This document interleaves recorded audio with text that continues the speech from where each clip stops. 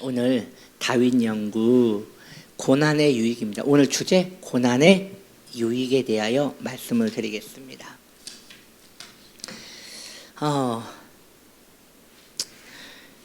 고난 좋아하는 사람 없죠? 너무 싫죠, 고난. 예, 고난이 왜 싫을까요? 고난이 싫은 이유는 고난은 평생 익숙해지지 않아서 싫은 것 같아요. 고난 절대 익숙해지지 않아요. 그러니까 감당이 되면 우린 그걸 고난이라고 안 해요. 뭐까짓 거 그냥 하면 되지. 그런데 감당이 안 될 때 죽을 것 같다. 그리고 삶의 절망감이 막 내 마음을 엄습할 때, 그때는 정말 힘든 거죠. 고난 좋아하는 사람이 없죠. 그런데 성경은 언제나 같아요. 고난받는 게 내게 이게 너무 이해가 안 되는데 성경은 그렇다고 이야기를 한단 말이죠. 자, 우리 본문 말씀 볼까요? 사무엘상 21장 3절은 이렇게 말합니다. 이제 당신의 수중에 있는 것이 무엇이니까 떡 5덩이나 무엇이나 있는 대로 내 손에 주소서. 거지죠, 거지. 거지. 그냥 뭐라도 먹을 거 좀 달라고. 너무 배가 고팠나 봐요. 그래서 그 떡 1덩이 줄까 봐 5덩이가 있으면 5덩이를 달라고. 너무 배가 고팠던 것 같아요. 여러분, 다윗은 왕으로 기름 부음을 받았지요. 왕이 될 것이라고 기름 부은 게 아니라, 여러분, 기름 부음을 받는 순간 왕이 되는 거예요. 그러니까 왕으로 기름 부음을 받는 거예요. 마찬가지예요. 선지자에게 기름을 부었다는 것은 그 선지자가 그때부터 선지자의 직임을 받았다는 거잖아요. 다윗이 기름 부음을 받은 것은 넌 앞으로 왕이 될 것이다 라는 게 아니라 왕으로 된 거예요. 그 얘가 어딨냐면, 여러분 예후 아세요? 예후? 그 바알 선지자들 다 죽인 그 예후 있잖아요. 그 예후에게 선지자가 가가지고 기름을 붓거든요. 그리고 여호와께서 너에게 왕이라 하시느니라. 그때부터 예후가 바로 왕이 돼요. 맞죠? 같은 원리예요. 다윗이 기름 부음을 받은 것은 바로 왕이 된 거예요. 그런데 문제는 사무엘하고 자기밖에 모르는 거죠. 그런데 분명한 것은 본인이 왕인 거예요. 문제가 있어요. 지금 왕이 있어요. 그래서 예후는 그 왕을 죽여버렸어요. 죽여버리고 본인이 왕위를 이어받았어요. 다윗은 그렇지 않았어요. 지금 왕이 있는데 그 왕을 없앨 수 있는 힘이 없어요. 왕으로 기름 부음을 받았으나 왕을 처단할 수 있는 힘이 없어요. 그럼 어떻게 해야 돼요? 버텨야 하는 거예요. 그때부터 고난이 시작되는 거죠. 원래는요, 다윗은 왕이 되어서 나라에서 가장 부유한 자가 되어 있어야 돼요. 그 나라에서 가장 부자가 왕일 거 아니에요. 왕의 그 부유는 어마어마하겠죠. 그런데 지금 다윗의 모습이 어떻습니까? 다윗은 배가 고파서 제사장에게 거지처럼 구걸을 하는 거예요. 떡 5덩이가 없다면 뭐라도 내 허기를 채워줄 수 있는 것을 주시옵소서라고 말한단 말이죠. 여러분 있잖아요. 자, 믿음은 꼭 시험을 받습니다. 그러니까 이것은 절대적인 거예요. 여러분은 믿음이 있으십니까?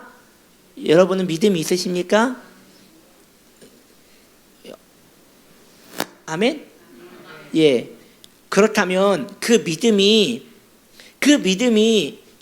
진짜 믿음인지 가짜 믿음인지, 정금 같은 믿음인지, 아니면 그냥 푸석푸석한 그냥 빵가루 같은 믿음인지 점검 받아야죠. 이게 나중에 주님 앞에 섰는데 그 믿음 아니었다라고 말한다면 큰일 나잖아요. 그러니까 믿음은 언제 점검받아야 돼요? 살아있을 때 받아야 돼요. 그래서 여러분, 믿음은 꼭 살아있는 동안에 진짜인지 가짜인지 점검을 받습니다. 꼭 시험을 당합니다. 그래서 믿음은 언제나 이게 진짜 믿음이라면 시험이 항상 있어요. 믿음은 항상 시험이 있습니다. 이걸 여러분들이 받아들여야 돼요. 그러니까 그 시험이 고난이죠. 기름이 잘잘 흐르고 배부르고 따뜻한 집에 살며 삶의 고난이 없고 나 괴롭히는 사람 없고 늘 평안하면요, 믿음 아무리 좋아도 사실 그렇게 사는데 믿음 안 좋을 사람이 어디 있어요? 그렇게 살아가는데 믿음이 그렇게 귀티나게 사는데 믿음이 시험받을 게 어디 있어요?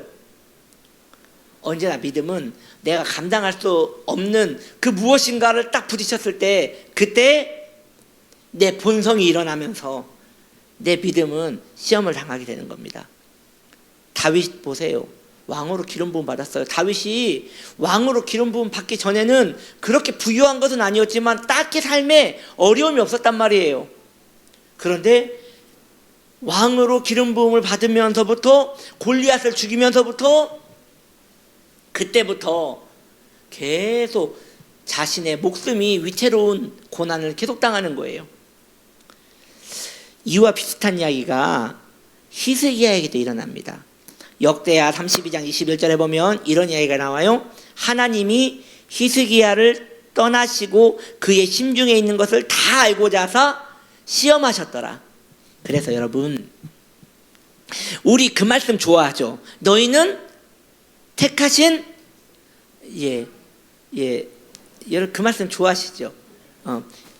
배전이고 베드로전서 2장 9절 너희는 택하신 족속이요 왕같은 제사장이요 거룩한 나라요.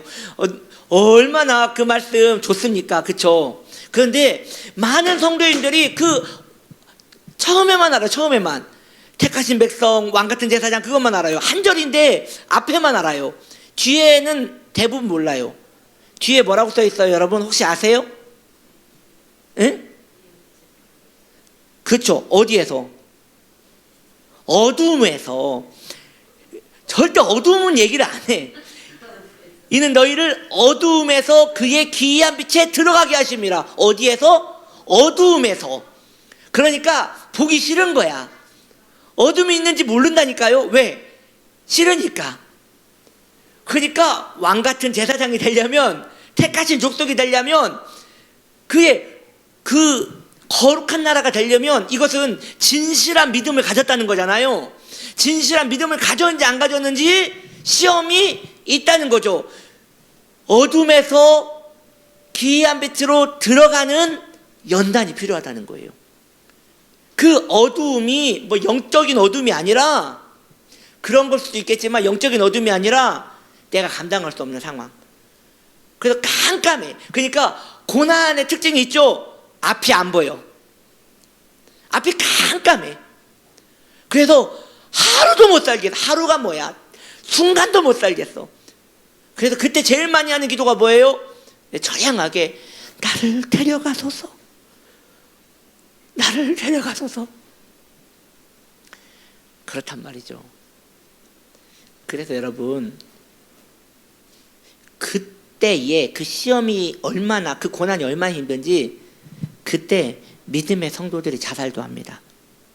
왜냐하면 어두움이니까, 앞이 안 보이니까. 그때 여러분 그 자살을 했다고 구원을 못 받았다 그렇게는 말하고 싶지 않아요. 받았다고도 말을 못하겠지만 그렇게 우리가 단정할 수는 없어요. 왜냐하면 그게 우울증일 수도 있고 하는, 우리가 병으로 죽으면 병으로 죽었을 때 그것을 우리가 정죄하지 않잖아요.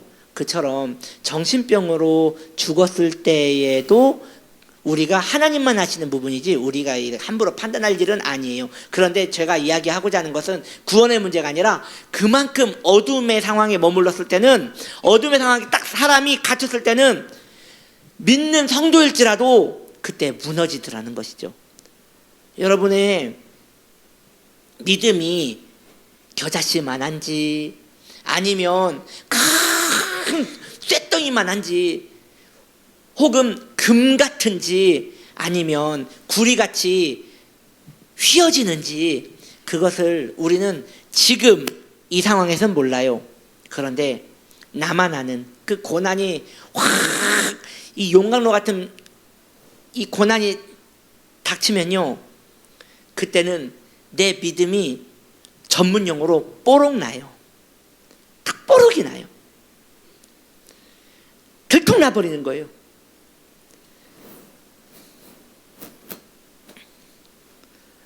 자, 히스기야에게 그랬다는 것이죠. 그의 심중에 뭐가 있는지 확인하고자 그를 시험하셨다고 말씀하고 있습니다. 여러분 안에는 뭐가 있을까요? 여러분 안에는 뭐가 있을까요? 우리는 때로 하나님을 믿고 있다고 착각할 수도 있어요. 그러니까 나는 믿는다고 생각하는데 어찌 보면 착각일 수 있다는 것이죠. 사실 우리는 믿고 있기도 하지만 믿고 있지 않기도 한 거예요. 무슨 말이냐? 많은 분들이 아는 것을 믿는 것이라고 생각해요. 아는 것을 믿는 게 아니에요. 경험된 것만 믿은 거예요. 아는 것과 경험된 것은 전혀 다른 거예요. 우리가 잘 알다시피 성경에 알다, 성경에 알다, 그게 야다라고 했죠? 예, 히브리어로 야다라고 하잖아요. 그 야다가 그 부부관계를 야다라고 말했다고 했죠. 그러니까 이런 거죠. 우리는 그 사람을 알아요. 그 사람을 알아요. 그런데 그 사람의 아내보다는 몰라요. 우리가 그 사람이 아는 것은 그 사람의 이름, 그 사람의 직장, 그 사람의 평상시 성격, 그 정도밖에 몰라요. 은밀하고 그 사람만 아는 것은 그 부부만 아는 거예요. 야다가 그런 개념이라는 거죠. 하나님과 그런 은밀한 관계 속에서 하나님을 체험한 사람만 그것을 믿음이라고 말할 수 있는데, 그 믿음이, 그 은밀함이 언제 일어난다? 네? 고난을 통해서 일어난다. 그래서 고난이 올 때는 데이트하자라는 거예요. 그래서 우리는 신앙생활을 할 때 주님과 교제하고 주님과 달콤한 시간을 소망한다고 할 때, 아무도 없을 때 성전에서 조용히 주님을 찾을 때 그때 굉장히 달콤하죠. 홀로 주님을 엎드려 주님을 고백할 때 굉장히 달콤하죠. 그런데 진짜 달콤한 것은 고난 가운데 온 세상 날 버려도 주 예수 안 버려, 이렇게 고백이 될 때, 정말 내 안에 처량한데 주님만 나와 함께 계시는 것 같이 느껴질 때, 그때 여러분 환장합니다. 정말 주님 좋아가지고 환장을 합니다. 고난 때문에 삶은 아주 너덜너덜한데 날 붙드시는 분은 주님밖에 없습니다 라는 그 고백에 살 수 있는 힘이 생길 때, 그래서 진한 데이트는 고난 때 온다는 것이죠. 그래서 여러분 성경에 보면, 시편에 보면, 시편이 다윗의 시잖아요. 시편에 보면 표제가 나와요. 시의 위에 뭐 했을 때라고 나오거든요. 거기에 보면 다윗이 골리앗을 죽인 후에라고는 안 나와요. 그죠? 다윗이 골리앗을 죽였을 때에 안 나온다고요. 다윗이 제일 잘 나갔을 때에 그럼 안 나와요. 언제 나와요? 블레셋 왕 앞에서 미친 채 할 때에 여러분 블레셋 왕 앞에서 다윗이 미친 척을 어떻게 했는지 아시죠? 그때에 사람들은 고품 있는 사람일수록 수염을 길었어요. 그래서 수염에 그 돈을 들였습니다. 뭐냐? 고품 있게 면도하고, 면도를 멋있게 기르기 위해서 수염이 이렇게 나는 거예요. 이렇게. 이런 것도 관리해야 돼요. 그냥 일반 사람들은 이렇게 멋있게 안 자라요. 미용사가 이게 손톱으로 잘라줘가지고 다 이쁘게 자란 거예요. 다윗은 얼마나 멋있는 수염을 가지고 있었을지 몰라요. 그런데 다윗이 이 수염 때문에, 이 멋있는 수염 때문에 본인이 그 왕 앞에 의심을 받을까봐, 정상적인 사람으로 의심을 받을까봐, 골리앗을 죽였던 그 다윗으로 의심을 받을까봐 수염에다 침을 뭐 이렇게 흘려가지고 그것으로도 눈에 안 띌까봐 벽에다가 으그적 했다고 나오지요. 그때에 시편이 나왔다는 거예요. 그때에 시편이 나왔다는 거예요. 가장 수치스러울 때에, 가장 모욕을 당할 때에, 가장 창피해 죽을 때에, 그때 시편이 나왔다는 것이죠. 예, 왜? 가장 은밀하니까. 그때 날 다 버렸는데 주님은 날 버리지 않았다는 그 마음이 진한 신앙으로 남는 거죠. 여러분, 성경은 말합니다. 그때 검증된 믿음만 믿음이라는 거죠. 그러니까 우리의 믿음은 언제나 시험을 받아야 한다. 예. 그래서 교회 잘 나오는 것으로 믿음을 판단하는 것처럼 어리석은 게 없는 거예요. 내가 어찌 보면 교회를 한 번도 빠지지 않고 매주 주일 성수하는 거 귀한 거죠. 그런데 건강이 있었으니까 나왔지. 하나님께서 환경을 허락해 주셨으니까 나왔지. 이런 걸로 내 의로 돌리면 안 된다는 것이죠. 그러니까 여러분, 사탄의 말에 하나님이 반박을 안 하십니다. 사탄이 욥을 해하기 위하여 그에게 말합니다. 근데 먼저 충동을 하나님이 하세요. 하나님이 자신이 있었나 봐요, 욥에게. 그래서 사탄에게 욥을 자랑해요. 내 종 욥을 보았느냐? 그처럼 의로운 자가 없었느니라. 여러분, 이런 칭찬 여러분도 받기를 바랍니다. 그런데 사탄이 왜 그렇게 생각하시나요? 욥이 하나님께 재물 잘 바쳐서요? 헌금 많이 해서요? 하나님이 물질 줬으니까 헌금 바쳤죠. 욥이 늘 하나님 앞에 정결하게 나아가서요? 건강 주셨으니까 그가 하나님께 나올 수 있었죠. 하나님, 다 쳐보세요. 다 무너뜨려 보세요. 다 흔들어 보세요. 그 다음에도 욥이 하나님을 찬양하면 그의 믿음은 사탄인 나도 인정하겠습니다. 그래서 욥의 믿음은 사탄도 인정한 믿음인 거죠.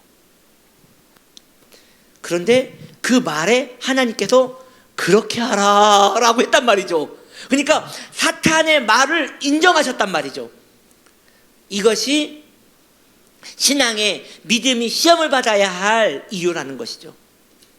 그래서 여러분, 혹시 지금 우리 성도님들 가운데 너무 힘든 고난 가운데 있는 분이 있으십니까? 아마도 사탄이 주님 한번 흔들어 보시죠. 그래도 주님 쫓는지 지금 그 과정 가운데 있을 수 있어요.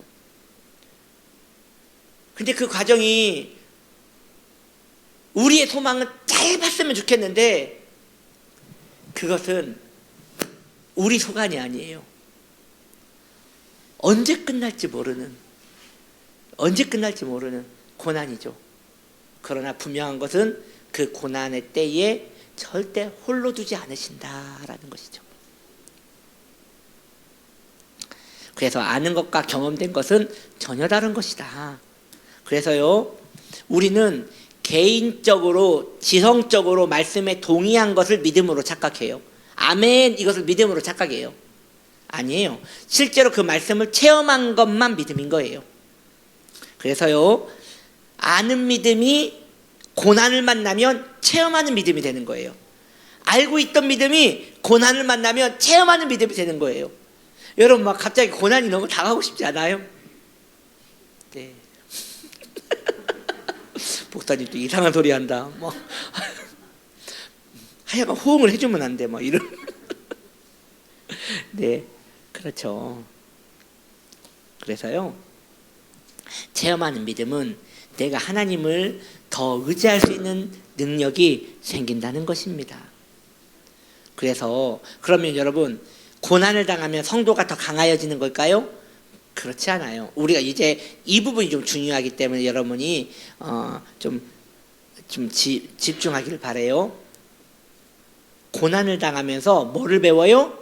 자신의 약함을 배우는 거예요. 내 믿음이 얼마나 견고한가 그걸 배우는 게 아니라 자신의 약함을 배우는 거예요.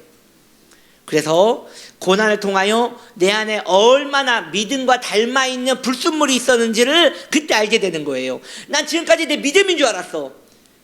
열심히 교회 나가고 봉사하고 선하게 살고 아름답게 신앙생활하는 것이 다 내 믿음인 줄 알았단 말이에요. 근데 고난이 불어닥치면서 내 안에 너무 그 믿음스러웠던 것들이 다 불순물이었다는 걸 다 알게 되는 거예요.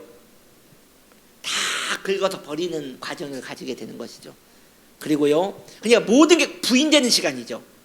그리고 고난을 통해 성도는 자신이 진정 하나님을 버릴 수 있는 아찔한 악도 있음을 경험하게 되는 거예요. 정말 극단의 악을 경험하게 되는 거예요. 그래서 고난이 너무 싫은 게 내 안에 악이 드러나요. 우리 여러분 착각하면 안 돼요. 고난을 당할 때에 자기 마음을 지키는 것이 믿음이라고 생각하는데 그건 믿음이 아니라 그건 아직 시작도 안 한 거예요. 이렇게 말하면 좀 그렇지만 덜 당한 거예요. 덜 당한 거. 찐하게 당하면 내 안에 막 악이 올라와요. 악이 올라와요. 그러니까 나는 성도인 줄 알았는데 불신자야. 너무나 악이. 난 믿음으로 이긴 사람인 줄 알았더니 맨날 염려만 하고 맨날 걱정만 하고 맨날 분만 내고 그때 걸리면 다 죽어. 예? 막 거슬리면 다 죽여버려 막. 와, 어떤 상태냐면 유리를 삑 긁었을 때 그 신경 그렇게 되는 거예요. 그때를 지나야 하는 거예요. 아주 아찔하게 모든 믿음이 다 부인되는 거예요. 그때 주님께서 다시 믿음을 쌓으시는 거예요. 그때 만난 믿음, 그때 만난 그 신앙. 그래서요, 하나님께서는 성도에게 그 시간을 기어코 통과하게 하신다는 것이죠. 할렐루야. 예. 우리의 인격적 신앙은 수많은 연단을 통하여 단단해집니다. 그래서 하나님을 떠나서는 살 수 없다는 지식은 배워서 아는 것이 아니에요. 배워서 아는 게 아니에요. 그래서 말이죠, 청년의 때에 하나님을 깊이 섬기지 못한 이유가 여기 있는 거예요. 경험이 없어요. 청년이 고난을 당해봤자 뭐가 있겠어요. 그러니까 청년들은, 그 젊은 세대들은 하나님을 만나고 싶어도 잘 못 만나요. 여러분, 청년 수련회 가봐요. 1시간 찬양을 하는데 시작부터 끝까지 계속 뜁니다. 뛰고 기도할 때 막 와글와글 엄청나요. 그런데 그거 믿음 아니라는 거죠. 그럼 뭐예요? 감정 충만. 그거 아무것도 아닌 거예요. 언제? 진짜 극단의 상황에 있을 때, 그때 믿음을 만나는 거죠. 나의 하나님이로다 라는 그 믿음을 만나는 것이죠. 요한복음 15장 5절 주님께서 말씀하십니다. 너희가 나를 떠나서는 아무것도 할 수 없느니라. 딱 그걸 만나는 과정이 고난 때에 만나게 된다는 거예요. 그러니까 우리가 늘 알아요. 하나님 없으면 난 못 살아요 라고는 알아요. 그런데 하나님 없이 잘 산다니까요. 근데 고난을 만나면 이 고백이 진심으로 우러나서 나온단 말이에요.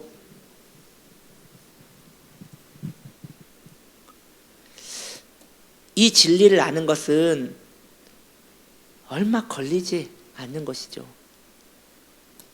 이 진리에 붙들리는 것은 오랜 시간이 걸리는 겁니다. 그러니까 이 진리를 아는 것, 이해하는 것, 그건 금방 돼요. 그런데 이 진리에 붙들리는 것은 오랜 시간 동안 되는 거예요. 꼭 철같이, 철을 칼로 만들 때에 때리고, 대장장이가 때려서 넣었다가 뺐다가 또 때리고, 넣었다가 뺐다가 또 때리고, 언제 끝날지 모르는데 대장장이만 알아요. 대장장이만. 그때 그만 때리라고 하면 안 돼요. 그때 그만 때리면 어설프게 돼요. 이게 쭈그러져. 이왕 시작한 거 끝을 봐야 돼요. 날카롭게 칼이 설 때까지. 그래서 연장될 때까지, 도구가 될 때까지. 그래서 여러분, 내가 알잖아요. 고난이 시작됐을 때 딱 느낌 알잖아요. 그죠? 시작됐다 알잖아요. 그때 퓨즈를 꺼야 돼요. 퓨즈를 끄고 나 죽었다 생각하시고 그때 주님께 부복해야 돼요.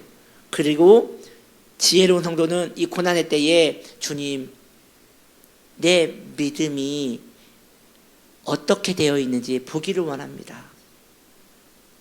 내 믿음이 검증되는 시간 되기를 원합니다. 그리고 내가 얼마나 믿음이 없는 사람인지 알기를 원합니다 하면서 주님 앞에 납작 엎드려야 돼요. 오랜 시간 반복적인 전혀 다른 고난으로 성도를 이 진리에 붙들리게 하는 거예요. 이게 참 신비해요. 고난이 여러 각도로 와요. 익숙해지지 않게 관계를 극복하면 돈으로 극복하면 병으로, 막 이렇게 여러 각도로 정말 적응 안 되게. 고난이 반복적으로 올 수밖에 없는 이유는 우리의 어리석음 때문이지 하나님의 잘못이 아니라는 것이죠. 아멘. 할렐루야. 주신이도 여호와시요 취하신이도 여호와시오니 여호와의 이름만 찬양을 받으실지니이다. 그 욥의 고백이 얼마나 귀한지요. 전에는 주님을 귀로만 들었었더니 이제 내가 주를 보나이다. 그래서 성도가 참 후회할 사람이, 우리 욥 싫어해요. 그죠? 욥 좋아하는 사람은 못 본 것 같아요. 물론 몇 명 봤어요. 왜냐, 저 학부 동기 이름이 욥이었어. 이욥인가? 이름이 욥이었어요. 걔 아버지가 목사님이었는데 큰 믿음을 얻기를 소망하는 마음으로 그 이름을 지은 것 같아요. 여러분, 욥 좋아하는 사람 없는데, 그런데 진짜 인정받는 사람은 욥이지 않아요? 우리는 고난으로 어리석음을 고치시는 하나님의 사랑과 자비하심을 영원토록 찬양해야 할 것입니다. 그러나 여러분들에게 오늘 작은 소망을 하나 드리기 원합니다. 우리가 과거의 믿음의 성도들의 고전의 책들을 읽고 그들의 경건을 닮으려 한다면 고난의 반복됨이 줄어듭니다. 무슨 얘기냐? 고난이 왜 오느냐? 내 자아가 살아있기 때문에 믿음 인척하니까 하나님이 믿음을 보여주려고 훈련을, 고난을 주시는 거거든요. 그런데 여러분들이 옛 믿음의 선진들의 그 경건 독서 있잖아요. 고전. 그것을 탐독해 보세요. 탐독하면 자아가 깨지잖아요.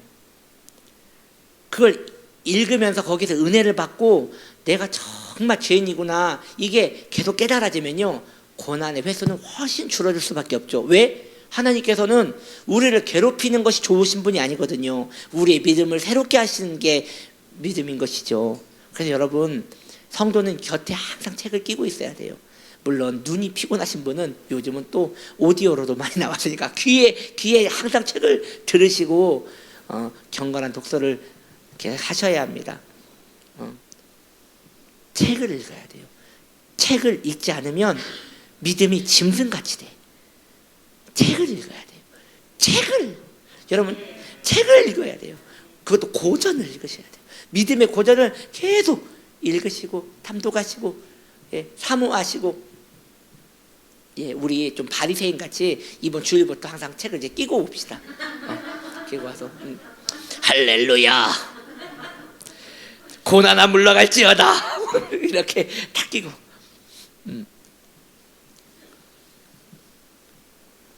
우리의 어리석음은 마음의 강성함에서 생기는데 신앙의 고전 도서들은 그 힘을 빼는데 도움을 줍니다. 그래서 그 신앙의 고전들을 읽어보면 어떻게 이렇게 신앙생활을 해? 어떻게 이렇게 신앙생활을 답답해? 이런 생각이 들거든요. 그런 자기의 완악함을 깨트려야 돼요. 이분이 이렇게 말했는데 왜 나는 그렇게 못 따라갈까 하면서 자기의 그 완악함을 회개하고 그 마음을 계속 부드럽게 하면 고난은 이게 넘어갈 수 있는 거예요, 여러분. 그렇게 여러분 좀 소망이 생기지 않습니까?